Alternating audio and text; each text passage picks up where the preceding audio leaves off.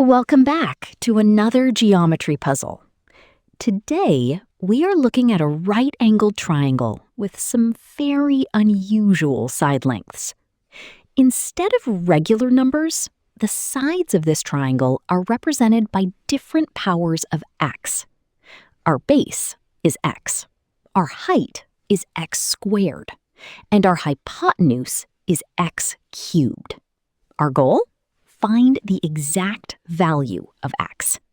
Let's jump right into it. Since this is a right triangle, the very first tool we should reach for is the Pythagorean theorem. We know that the base squared plus the height squared must equal the hypotenuse squared. Let's plug our x values right into that formula.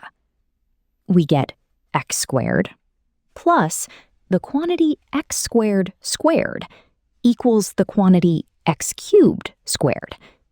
Let's simplify those exponents. X squared remains the same. X squared squared becomes x to the fourth power, and x cubed squared becomes x to the sixth power. So our equation is now x squared plus x to the fourth power equals x to the sixth power. Let's bring all of our terms to one side of the equation to set it to 0. We get x to the sixth power minus x to the fourth power minus x squared equals 0. Now, notice that every single term has an x squared in it. Can we divide the entire equation by x squared? Yes, we can. Because x represents the physical length of a triangle's side, we know for an absolute fact that x cannot be 0. When we divide everything by x squared, our equation simplifies beautifully to x to the fourth power minus x squared minus 1 equals 0. This might look a little intimidating because it's a fourth-degree polynomial, but we can use a quick substitution trick to turn it into a standard quadratic equation. Let's temporarily say that a new variable, y, is equal to x squared. By making that substitution, x to the fourth power becomes y squared. And our equation transforms into y squared minus y minus 1 equals 0. That is a classic quadratic equation. Let's solve for y using the quadratic formula. Y equals negative b plus or minus the square root of b squared minus 4ac, all over 2a. In our case, a is 1, b is negative 1, and c is negative 1.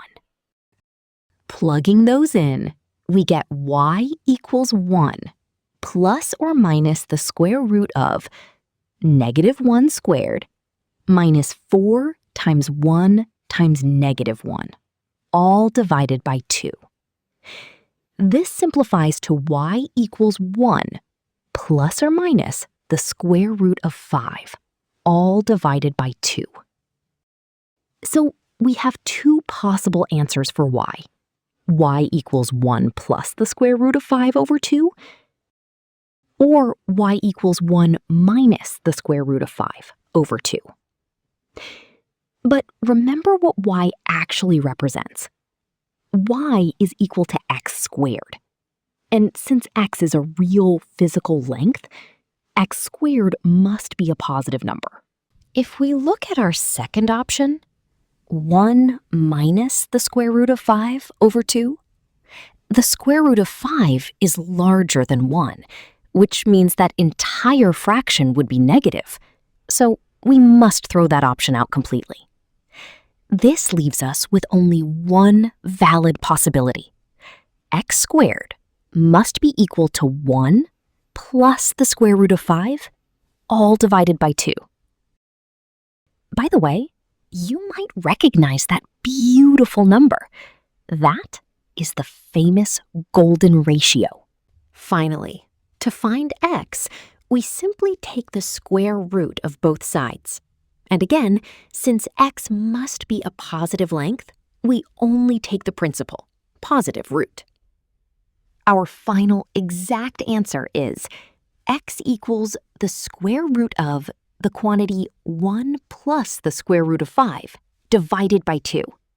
And just like that, we have solved the triangle. A fantastic blend of geometry, substitution, and the golden ratio. If you enjoyed walking through this amazing problem with me, please hit that like button, and I will see you guys in the next video.